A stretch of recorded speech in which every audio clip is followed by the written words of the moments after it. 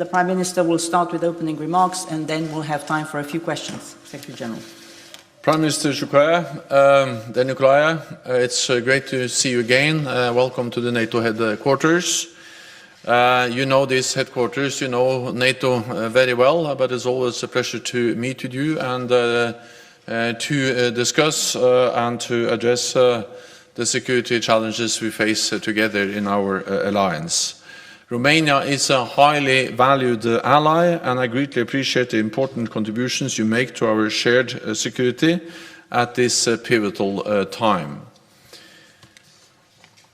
You host one of NATO's new battle groups in the Black Sea region. You lead by example on defense spending, and Romania hosts a key site for NATO's ballistic missile defense. I also welcome your diplomatic leadership to strengthen NATO, including by hosting a meeting of NATO foreign ministers in Bucharest next month.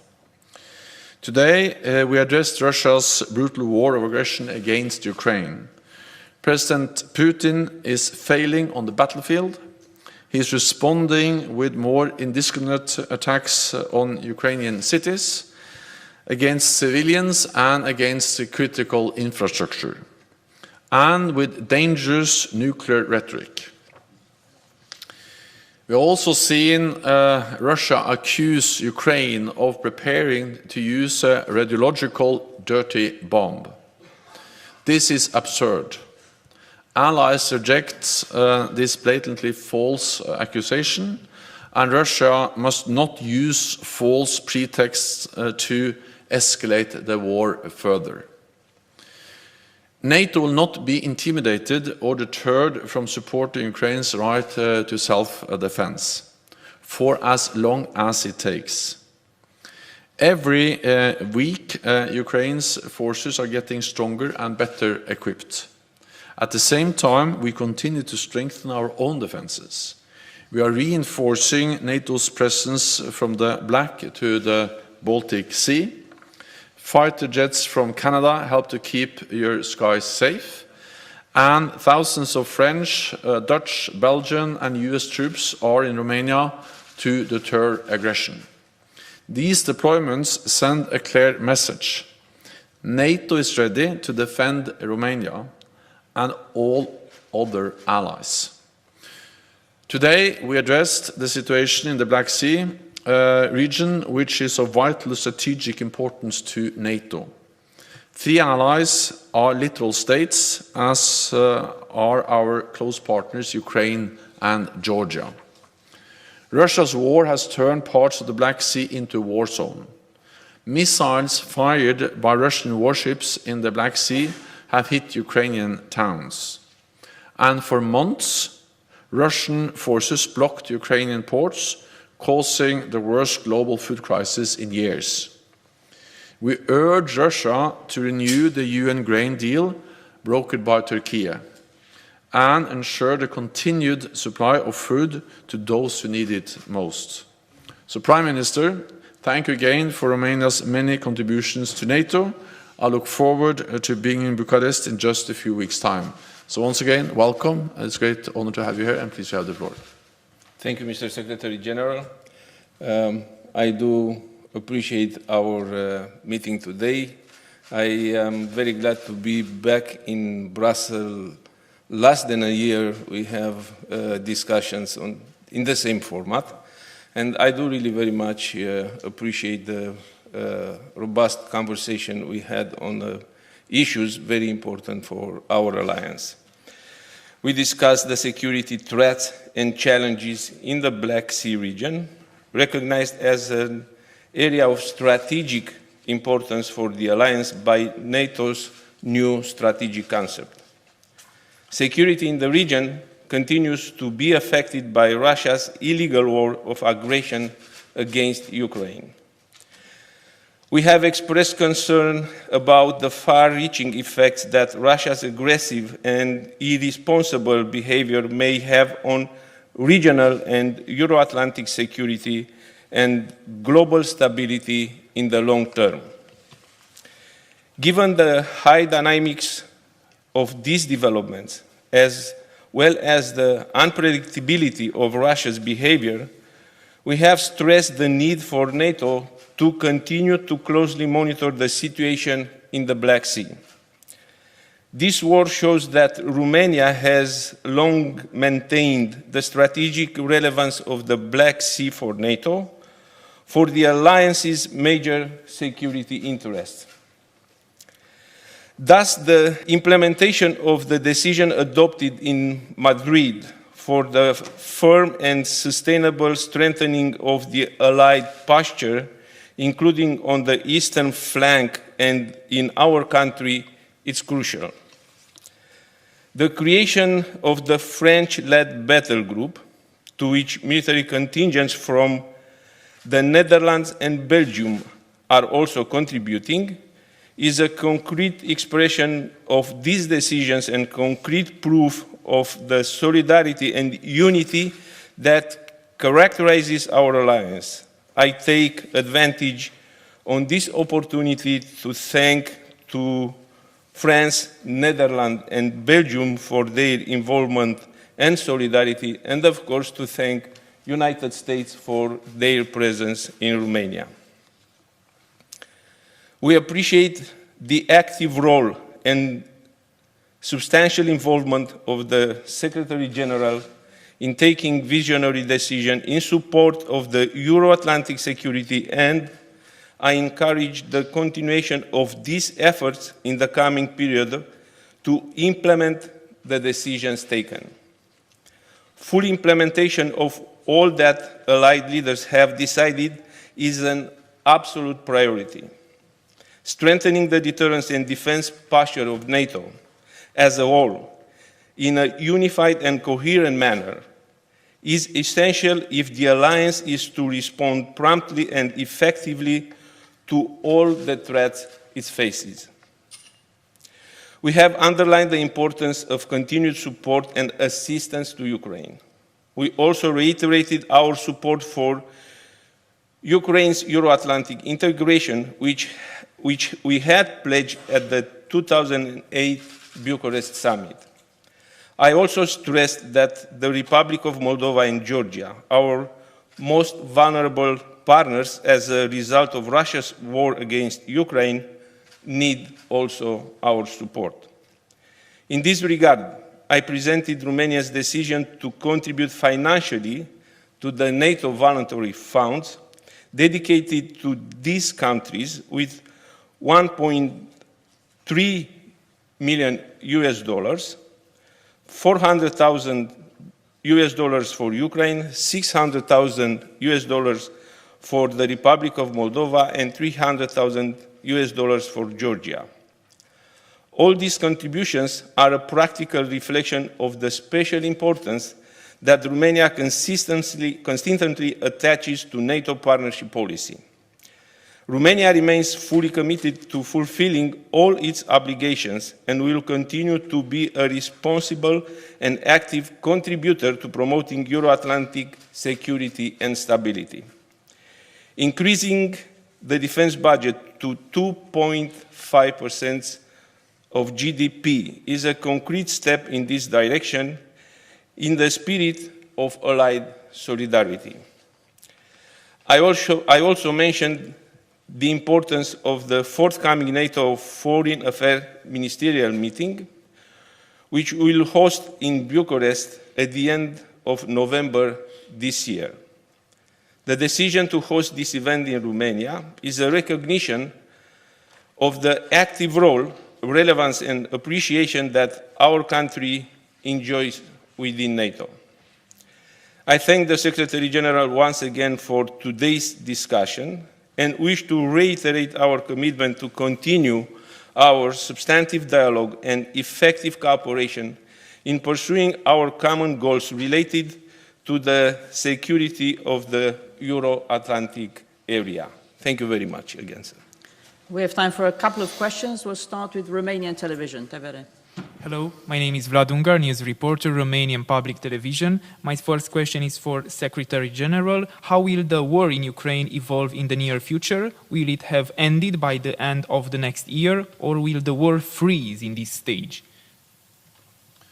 Wars are by nature unpredictable, but what we have seen over the last weeks and months is actually that the Ukrainians have made significant gains. They have been able to, first of all, push back the Russian invading forces from the north, from the territory around Kiev, and then halt the Russian offensive in Donbass, and actually then push back the forces, liberate territory in Kharkiv and in Donbass, and also now in the south. And this is, of course, a great example of the bravery, the courage of the Ukrainian armed forces, and we pay great respect to them, the people of Ukraine, the political leadership of Ukraine, and their armed forces. But of course, the support from NATO allies and partners have been also vital for the progress, the successes we have seen the Ukrainians have been able to make over the last weeks and months. Let me add that the war didn't start in February this year. The war started in 2014. That was when President Putin illegally annexed Crimea and started to control eastern part of Donbass. What happened in February was a full-scale escalation, a full-scale war aggression by Russia against Ukraine. I will not speculate about how long the war will last. I will only say two things, and one is that we are ready to support Ukraine for as long as it takes. We cannot allow President Putin to win. That will be a disaster, a tragedy for the Ukrainians, but it will also make us, NATO allies, more vulnerable, because then the lesson learned from Ukraine for President Putin is that he can achieve his goals by using military force. And that will be a lesson learned not only for him, but also for other authoritarian leaders around the world. The second message is that most wars ends at the negotiating table. And at the same time, we know that what Ukraine can achieve at the negotiating table is totally dependent on the strength on the battlefield. So we need to strengthen their hand on the negotiating table by providing a military support. And that's exactly what NATO allies are doing to maximize the likelihood for an outcome which is acceptable for Ukraine, and to minimize the time before we get there, because the stronger Ukraine is on the battlefield, the more likely it is that we'll have a political solution that ensures that Ukraine prevails as a sovereign independent nation in Europe. Okay, we'll go to Euronews. Here. Just behind you. Thanks. Mr. Secretary, you said recently NATO will help Finland and Sweden if they are threatened. What are the alliance's worries? Sorry? What are the alliance's worries about Finland and Sweden, considering the delay of Finland and Sweden joining in the context of Hungary's oppositions? So first of all NATO allies, all 30 NATO allies, made an historic decision in June this year at the Madrid summit to invite Finland and Sweden to become NATO allies. And then we signed the accession protocols, all 30 NATO allies. And now 28 allies have already ratified the accession protocol. So far, this has been the fastest, the quickest accession process in NATO's modern history. There were only weeks from Finland and Sweden applied in May to we invited them and signed the accession protocol, and already 28 have ratified in the national parliaments. Recently, also Hungary made it clear that they will also that the ratification is on the agenda of the parliament this fall. And of course, I welcome that Finland, Sweden and Turkey are working together to implement the joint memorandum they agreed on the margins of the Madrid summit to step up efforts to fight international terrorism. Sweden has made it clear that there are only There are no restrictions on arms exports to Turkey, and they have established what we call a permanent mechanism, a way to work even more closely together on the exchange of information on intelligence to support efforts on fighting international terrorism. So I'm confident that all allies will ratify the accession protocol. I also welcome the fact that Finland and Sweden are in close contact with Turkey. The Swedish Prime Minister was recently here. We discussed the accession process, and he will go to Turkey to meet with President Erdogan. I will go to Ankara or to Turkey, to Istanbul, to meet with President Erdogan in the near future myself. So we are in close contact with Finland and Sweden, and also, of course, in close contact at all levels with our close ally Turkey. Then what I said, and is still my message, is that Finland and Sweden are in a very different place now than before they applied. Because what we have seen since then is that allies have issued security assurances to Finland and Sweden as part of the whole accession process. We have more NATO presence in the Baltic region, in the region around Finland and Sweden. Finland and Sweden participate in NATO activities, civilian, military, and of course, if there were any kind of pressure against Finland and Sweden, it is inconceivable that the NATO allies should just stand idle by and not react. So we will react if there is any kind of pressure against Finland and Sweden. Associated Press.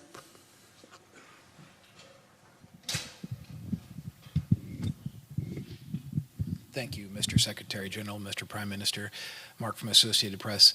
Mr. Secretary General, how has the Turkish government reacted to the new government in Sweden concerning their approach on reaching an understanding with Turkey concerning the accession to NATO? And Mr. Prime Minister, have you had any negotiations with Hungary, your neighbor, concerning the delay in the process of them approving Finland and Sweden? Have you taken part of any negotiations with your neighbor? Thank you. It is broad political support in Sweden for becoming a NATO ally. The decision by the Swedish Parliament was there was an overwhelming majority in support of the accession application, and both the previous and the current government is, of course, very committed to implementing the trilateral agreement that was made between Turkey, Finland and Sweden at the NATO summit. I welcome the very clear message from Prime Minister Ulf Kristersson and the new government to work hard on implementing the agreement and to ensure that there is ratification by all allies as soon as possible.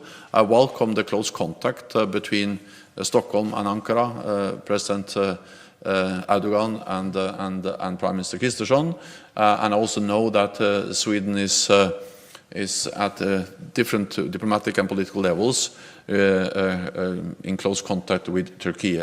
So this is of course strongly supported by me. I will go to Turkey myself in the near future, and we do this to ensure that as soon as possible 30 allies would have ratified the accession protocol, enabling Finland and Sweden to become full members of the alliance. Romania has understood from the very beginning the relevance of Sweden and Finland to become member of the alliance, and we value from the very beginning how more capabilities they bring within the alliance. So we ratify the agreement from the very beginning of the process. And of course, right now, specifically, we are not discussing with our neighboring country, Hungary, in regard to clarify how we can support on this decision. But we are always discussing with the Secretary General, with the NATO headquarters, and if necessary, we are open to be part of this process. So, answering your question, till now, we did not talk specifically on this issue. Thank you very much. This concludes this press conference. Thank you so much.